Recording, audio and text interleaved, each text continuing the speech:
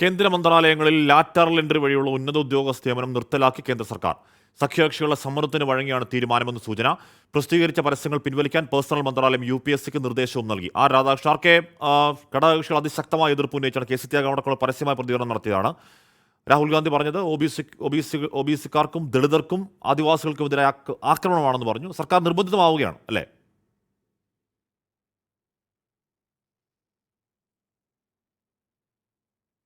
അശ്മി, നമുക്ക് അങ്ങനെ തന്നെ പറയേണ്ടി വരും. കാരണം ഈ തീരുമാനം കൈക്കൊണ്ടത് അഥവാ ഈ തീരുമാനത്തിന് അടിസ്ഥാനമായ പരസ്യം പബ്ലിഷ് ചെയ്തത് UPSC ആണ്. UPSCക്കാണ് ഇപ്പോൾ പേഴ്സണൽ മന്ത്രാലയം നിർദ്ദേശം നൽകിയിരിക്കുന്നത്. ആ പരസ്യങ്ങൾ പിൻവലിക്കുക എന്ന നിർദ്ദേശമാണ് നൽകിയിരിക്കുന്നത്. 40 തസ്തികകളിലാണ് ലാറ്ററൽ എൻട്രി വഴി നിയമനം നടത്താനായിട്ട്, അതും ഉന്നത കേന്ദ്ര സർക്കാർ പദവികളിലാണ് ഈ 40 തസ്തികകളും വരുന്നത്. ആ തസ്തികകളിൽ നിയമനം നടത്താനായിട്ടുള്ള നിർദ്ദേശമായിരുന്നു UPSCയുടെ ഭാഗത്ത് നിന്ന് ഉണ്ടായത്. അതുമായി ബന്ധപ്പെട്ടുള്ള നടപടിക്രമങ്ങൾ പ്രസിദ്ധീകരിച്ച് ഇന്നലെ ഉത്തരവ് ഉണ്ടാവുകയും സമാനമായിട്ട് ചില മാധ്യമങ്ങളിലൊക്കെ ഇത് സംബന്ധിച്ചിട്ടുള്ള പരസ്യങ്ങൾ പ്രത്യക്ഷപ്പെടുകയും ചെയ്തിരുന്നു. തുടർന്നാണ് വളരെ ശക്തമായിട്ടുള്ള പ്രതിഷേധം പ്രതിപക്ഷത്തിന്റെ ഭാഗത്തു നിന്നും ഒരു വിഭാഗം ഘടകകക്ഷികളുടെ, ഇന്ത്യയുടെ ഭാഗമായിട്ടുള്ള ഘടകകക്ഷികളുടെ ഭാഗത്തു നിന്നും ഉണ്ടാകുന്നത്. നമുക്ക് മനസ്സിലാക്കാനായിട്ട് സാധിക്കുന്നത് ഈ RSSനും ഈ വിഷയത്തോട് അനുകൂല സമീപനമായിരുന്നില്ല എന്നുള്ളതാണ്. ഇതെല്ലാം പരിഗണിച്ചുകൊണ്ടാണ് കേന്ദ്ര സർക്കാർ ഇപ്പോൾ ഒരു തീരുമാനത്തിലേക്ക് എത്തിയിരിക്കുന്നത്. പേഴ്സണൽ മന്ത്രി ഇതിനകം തന്നെ UPSCക്ക് രേഖാമൂലം കത്ത് നൽകിയിരിക്കുന്നു.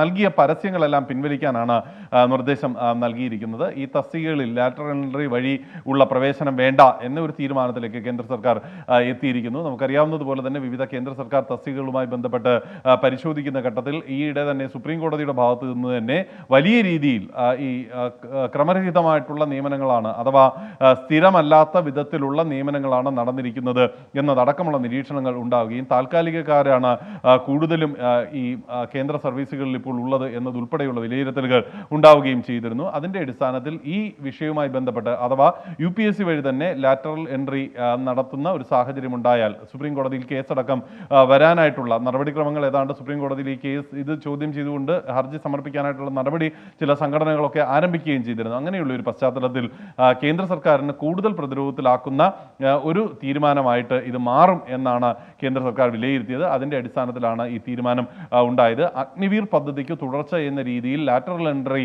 മറ്റു സർവീസുകളിൽ നടത്താനായിരുന്നു കേന്ദ്ര സർക്കാരിൻ്റെ ഭാഗത്തു നിന്നുള്ള നീക്കം. എന്നാൽ അഗ്നിവീറിന് ലഭിച്ച ഒരു പരിഗണന ഈ ലാറ്ററൽ എൻട്രിയുമായി ബന്ധപ്പെട്ട് നിയമമാർഗത്തിൽ ലഭിക്കില്ല എന്ന് നിയമോപദേശവും സർക്കാരിന് ലഭിച്ചിട്ടുണ്ട് എന്ന് അറിയാൻ സാധിക്കുന്നു. ഇതിൻ്റെ എല്ലാം പശ്ചാത്തലത്തിലാണ് ഇപ്പോൾ ഈ ലാറ്ററൽ എൻട്രി വഴി 40 തസ്തികകളിലേക്ക് നിയമനം നടത്താനായിട്ടുള്ള തീരുമാനം തിരുത്തി കേന്ദ്ര സർക്കാർ രംഗത്ത് എത്തിയിരിക്കുന്നത്. UPSC ഇതിനനുബന്ധമായിട്ടുള്ള അവരുടെ പ്രഖ്യാപനം അല്പസമയത്തിനകം വ്യക്തമാക്കുകയും ചെയ്യും. പരസ്യം പിൻവലിക്കാനാണ് UPSCയുടെ നിർദ്ദേശം. അതിൽ വലിയ പ്രതിഷേധം ഘടകകക്ഷികളും പ്രതിപക്ഷവും ഒക്കെ ഉയർത്തിയതാണ്. അത് കയ്യിൽ നിൽക്കില്ല എന്ന തിരിച്ചറിവ് തന്നെയാകണം ആ തീരുമാനത്തിലേക്ക് കേന്ദ്രത്തെ എത്തിക്കുന്നത്.